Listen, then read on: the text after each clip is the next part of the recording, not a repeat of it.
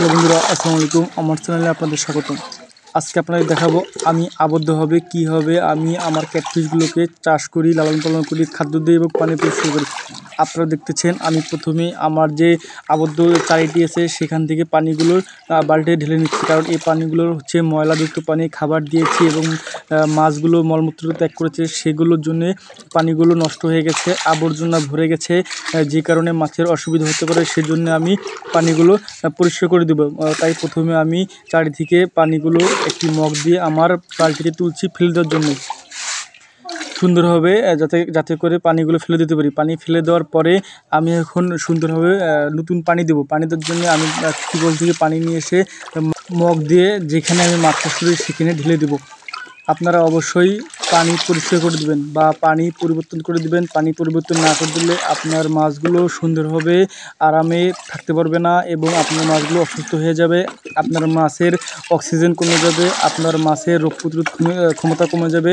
তাই আপনাকে অবশ্যই 5 দিন থেকে 7 দিন পরে পরে নতুন করে পানি দিতে হবে এবং পুরাতন পানিগুলো দূরে ফেলে দিতে হবে, যাতে করে পুরাতন পানি থেকে আপনার মাছের কোনো ক্ষতি না হয় এবং আপনার মাছের কোনো সমস্যা না হয়। সেজন্য আপনাকে পুরাতন পানি ফেলে দিতে হবে, নতুন পানি দিতে হবে এবং পানিটি অবশ্যই সুন্দরভাবে দিতে হবে এবং পরিমাণ মতো পানি দিতে হবে। এবং পানি দেওয়ার পরেই দেখেন মাছগুলো কি সুন্দরভাবে খেলা করতেছে এবং কত সুন্দরভাবে তারা একে অপরের সাথে খেলতেছে এবং সুন্দর এবং স্বাচ্ছন্দ্যভাবে সাঁতার কাটতেছে এবং পানি খাচ্ছে এবং কারণ হচ্ছে আগের ময়লাযুক্ত পানিগুলো এখন নাই। এখন নতুন পানি দেওয়ার জন্যে মাছগুলো আরামে আয়েসে তারা সাঁতার কাটতেছে, তারা উপরে ভাসতেছে এবং তারা একে পরস্পরের সাথে খেলতেছে। এখন আমি যেটা করব, মাছে খাবার দেবো। খাবার দেওয়ার জন্য আমি অবশ্যই একটি রুটি ছিঁড়ে নিলাম। আপনারা দেখেন মাছে কী সুন্দর রুটি খাচ্ছে এবং মাছ রুটি খাওয়ার জন্যে পাগল হয়ে গেছে।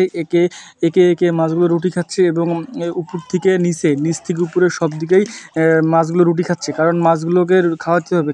না খাওয়ালে আপনার মাছগুলো শুকায় যাবে এবং শুকায় গেলে দেখবেন যে আপনার মাছগুলো ডেভেলপ হবে না বা ডে বাই ডে আপনার মাছগুলো মোটা তাজা হবে না। তাই আপনাকে অবশ্যই মাছগুলোর প্রতি যত্ন নিতে হবে এবং মাছগুলোকে খাওয়াইতে হবে। আমি যেহেতু একটি রুটি ছিঁড়ে দিলাম, মাছগুলো অবশ্যই এখন খাচ্ছে এবং খাওয়ার পরে তারা সুন্দরভাবে আরাম আয়েশ করবে বা সুন্দরভাবে তারা খেলাধুলা করবে, কারণ যেহেতু নতুন পানির মধ্যে খাবার পড়েছে, তারা খুব সুন্দরভাবে স্বাচ্ছন্দ্য বোধ করতেছে এবং একে অপরের সাথে ভালোভাবে খাচ্ছে। এখন আমি রুটিটা সম্পূর্ণ ছিঁড়ে দেওয়ার পরে আপনারা দেখেন মাছগুলো সুন্দরভাবে আছে এবং মাছগুলো কোনো বিরক্ত বোধ করতেছে না এবং তারা সুন্দরভাবে আছে। তো আমার ভিডিও দেওয়ার জন্য অসংখ্য ধন্যবাদ।